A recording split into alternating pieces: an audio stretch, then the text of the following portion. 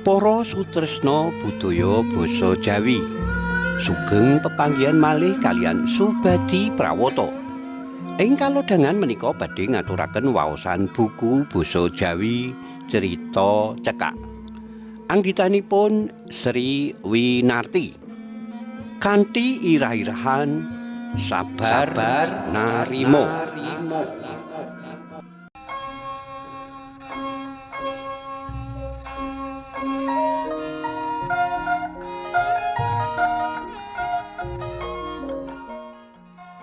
Esuk kuwi Fahri delek-delek ana ing kelas.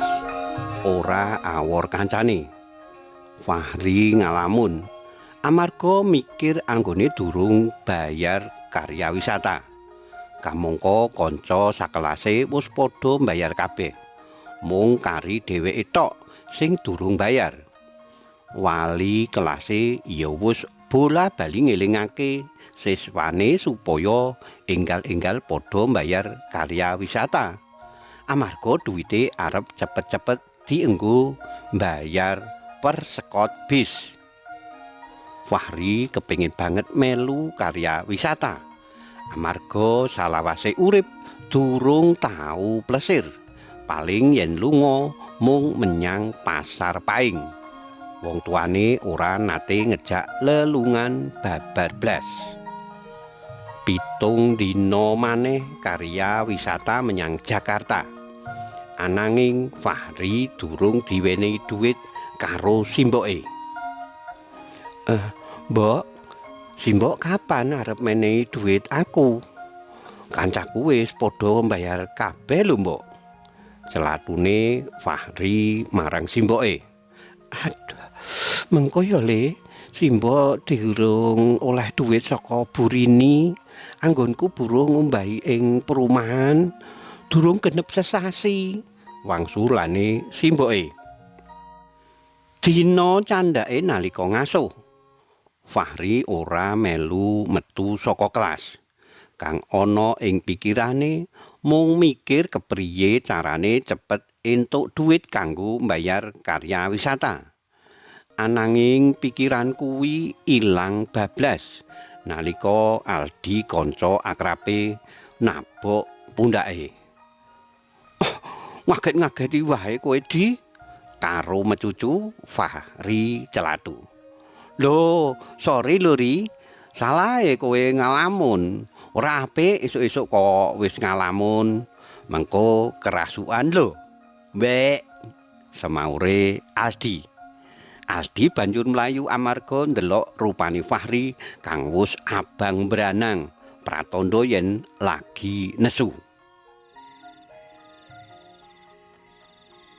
Bengine Fahri nembung njaluk dhuwit maneh kanggo mbayar karya wisata marang simboke.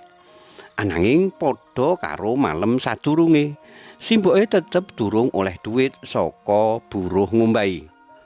Fahri wis bunek judeg amarga mboke durung duwe dhuwit. Senajan ngono, Fahri isih tetep sabar. Amarga mboke saiki wis dadi sapu kawate keluarga sawise ditinggal bapake setahun kepungkur. Fahri sajane pengin mbiyantu mboke neng omah.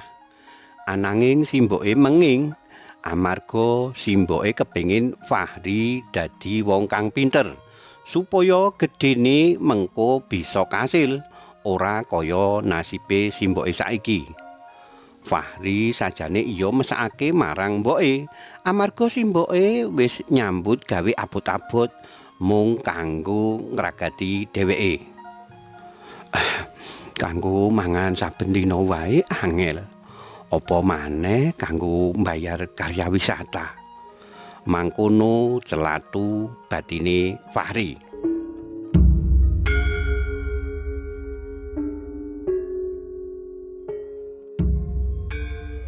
Esuke wali kelase bali ngendika menawa dina iki dina pungkasan mbayar karya wisata. Sakelas padha nglirik Fahri. Wah, si Fahri durung bayar-bayar. Sora iya. Bengoke Bagas.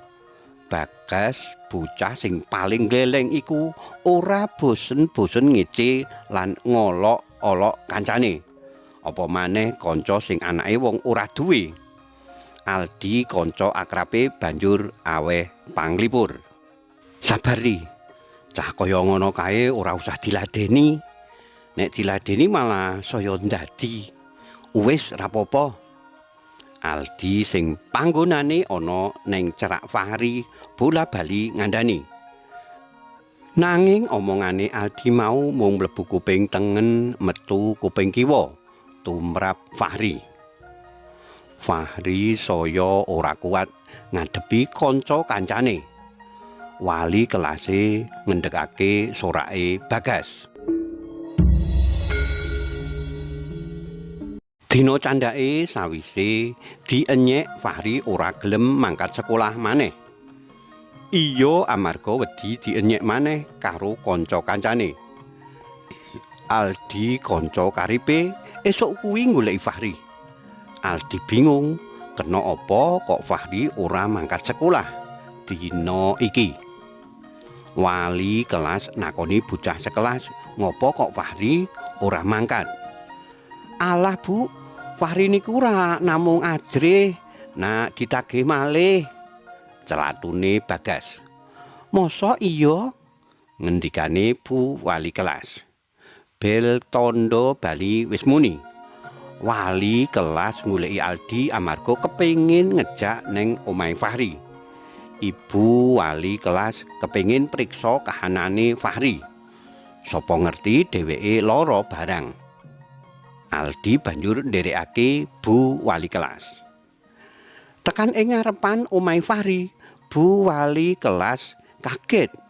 Kaget nalika priksa kahanan omahe Fahri. Ora nyangka yen siswane kang kondang pintere kuwi anake wong ora duwe. Bu wali kelas banjur ndodhok lawang omahe Fahri. Assalamualaikum. Waalaikumsalam. Saka jero omah ana sing mangsuli. Sing mangsuli mau kuwi jebul simboke Fahri. Fahri wonten, Bu? Pitakone Bu wali kelas. Nika Bu, Fahri nembe wonten pawon, nembe ngorengi tela. Monggo Bu, pinarak rumiyin. Nyuwun ngapunten nggih Bu, nggene reget mboten patut. Ibu wali kelas diaturi mlebu dening simboke Fahri. Dilenggahake ing amben dawa kang uga papan kanggo turu. Ing pojokan katon bantal-bantal lusuh lan kemul kang durung kober dilempiti. Saderengipun kula nyuwun pangapunten nggih Bu. Niki wau Fahri mboten purun mlampah sekolah nalika kula takeni sebabe Fahri mboten mangsuli. Kula malah bingung. Fahri niku kenging menapa? Kula demo awakipun nggih mboten benter. Kinten-kinten Fahri kenging menapa nggih Bu? Pitakone simboke Fahri. Mboten sah nyuwun pangapunten kados ngaten menika Bu.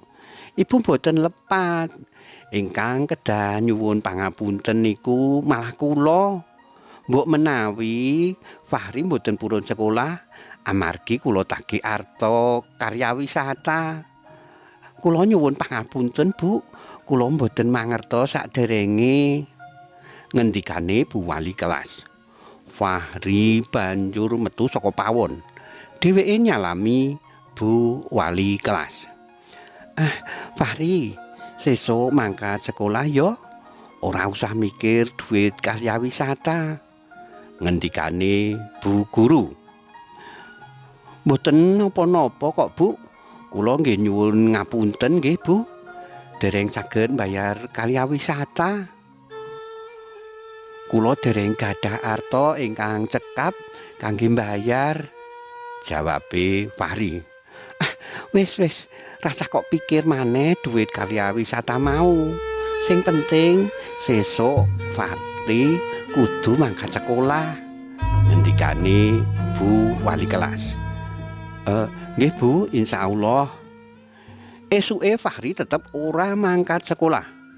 Agawe simboke saya sedih. Fahri milih ngrewangi simboke nggorengi telo kanggo diiderake ing desa. Simboke wis ora duwe cara kanggo golek dhuwit. Arep utang tangga uga ora wani. Amarga ora duwe sing kanggo nyaur. Asile ider gorengan ora sepira kanggo nyukupi kebutuhan pokoke wae ngrekoso. Saben nyawang Fahri simboke mrebes mili. Rumangsa ora bisa nuruti apa sing dadi pepinginane.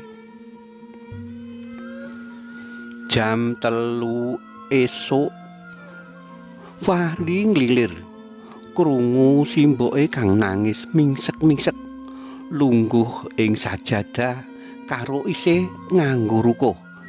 Tangane nyadong ing ngarep dodo.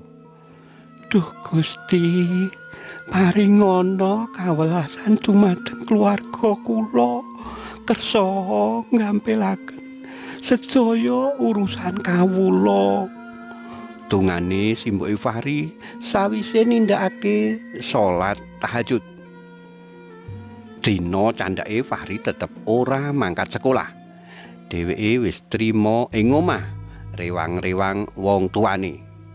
Nalika arep metu saka omah, kaget nuli lakune kandhek. Dumadakan weruh Bu wali kelas rawuh karo Aldi. Bu wali kelas maringake amplop marang Fahri. "Loh, Bu, niki menapa? Mboten salah, Bu," ature Fahri karo wali kelase. "Wis to, ora apa-apa. Iki saka kanca-kancamu sekolah. Diterima ya, Le," ngendikane Bu wali kelas. Fahri banjur nampani amplop kuwi mau. "Oh, matur nuwun nggih, Bu," wangsulane Fahri karo wali kelase. Ora nyangka nalika pas dibuka isine dhuwit 650.000 rupiah. Bu wali kelas uga ngendika menawa Fahri wis ora perlu mbayar karya wisata amarga dhuwit klumpukan saka kanca-kanca wis cukup. Malah kepara turah. Mula turahane iya 650.000 rupiah mau bisa kanggo sangu karya wisata ing Jakarta. Sanalika simboke meruhi kahanan mau ora bisa kumecap apa-apa. Ora bisa mbendung ilining loh.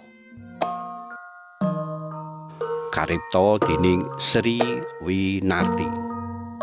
Cariyos menika kapetik saking kalawarti basa Jawa Jaka Lodang nomor 17 tanggal 6 Desember 2011 ing Ngayogyakarta.